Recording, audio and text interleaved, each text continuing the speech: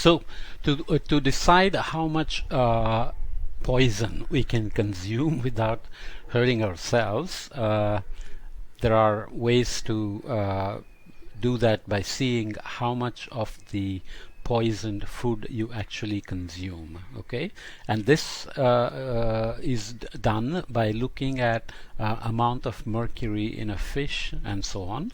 But how does it get to the fish from the water? This is the process of bioaccumulation and biomagnification or bioamplification, right? So organisms concentrate pollutants from the seawater. So if you think about the concentration in the water, let's say is 0.04 ppm of DDT, parts per million, the zooplankton are eating stuff that's in the water which has got this level of DDT, but they consume many let's say it's the fish eggs, their larvae and so on, which are getting it from the water by eating what they eat, and so it's already concentrated in the zooplankton, and then the small fish eat a lot of zooplankton, right? Each species in the food chain eats more of the fish below it, or the species below it. We'll see this later on, how energy also gets transferred as opposed to biomass. Okay, so the small fish then accumulate several times the amount that is in the zooplankton by eating many zooplankton. Then the bigger fish eat the small fish, and then top predators like osprey eat a big fish, and they get amplification done that way. So you go from bioaccumulation in zooplankton to see go from water of 0.04 ppm DDT level to 0.5 in small fish, 2 ppm in large fish, and then the osprey will eat many fish, so it will get it in there in its tissue to 25 ppm. So it's a very simple concept: bioaccumulation and then biomagnification or bioamplification, right? And mercury accumulation happens, as I said, coming from mining, from coal burning. So there is pollution in the air that's being circulated by atmospheric circulation that we talked about, the trade winds, the westerlies, etc. Deposition happens on the ocean because it has such a large surface. There is wet deposition, which means it rains down on the ocean, and there is dry deposition, for example, where there is subsidence. Stuff is brought down to the surface, and then in the boundary layer it's just heavy enough to deposit on to the ocean surface and then get mixed into the ocean water.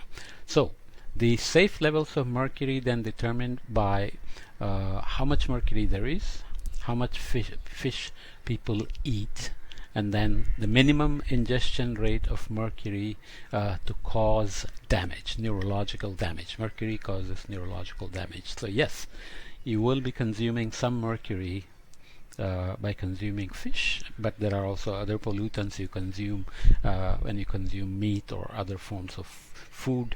Fruits have kinds of chemicals sprayed on them and so on and so forth. So there's hardly a way to get away from chemicals anymore. So we have to just constantly watch what we are eating and how much poison we're consuming. So here on the horizontal axis you are given the fish consumption rate in grams per day.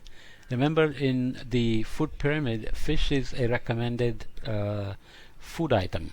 You need fish for omega-3, for example. Okay, so then you have different types of fish which biomagnify differently. So you have tuna and swordfish are safe to consume based on average consumption in the USA. The Food and Drug Administration of the USA says 1 ppm of mercury is safe if you eat tuna and swordfish. That's because the amount of fish consumed by people in the US on average is about 17 grams per day. So as long as you don't eat a whole lot more than that, if the fish has 1 ppm of mercury, you will not get a whole dose in your body, so you are not bioaccumulating a lot. Okay, but if you go down and look at the levels at which the first signs of Minamata would appear, that's about 0.3 milligrams per day at this level. So go from the level of mercury and the amount of fish you would consume. So you have to consider both, right? So you look at the amount of fish consumed per person in Sweden, it's about 5 times, or not really, 3 times the amount in the US. And in Japan, it's about 5 times, because in Japan, fish is the main diet, right?